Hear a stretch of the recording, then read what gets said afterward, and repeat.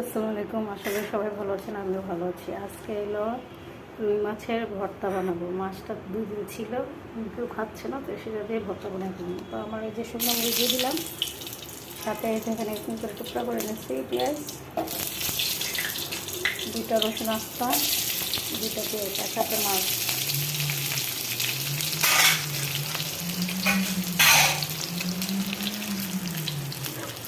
সুন্দর করে দিয়ে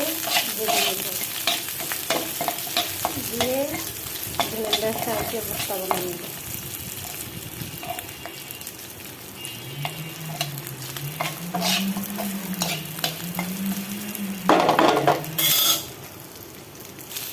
তো আমার এই যেরকম করে ভাজা নেব, সাথে 2টা বরবটি ছিল, সেটাও দিয়ে দিচ্ছি। আমার এই যে হালকা বাগাসে এখন ভর্তা বানিয়ে ফেলবো।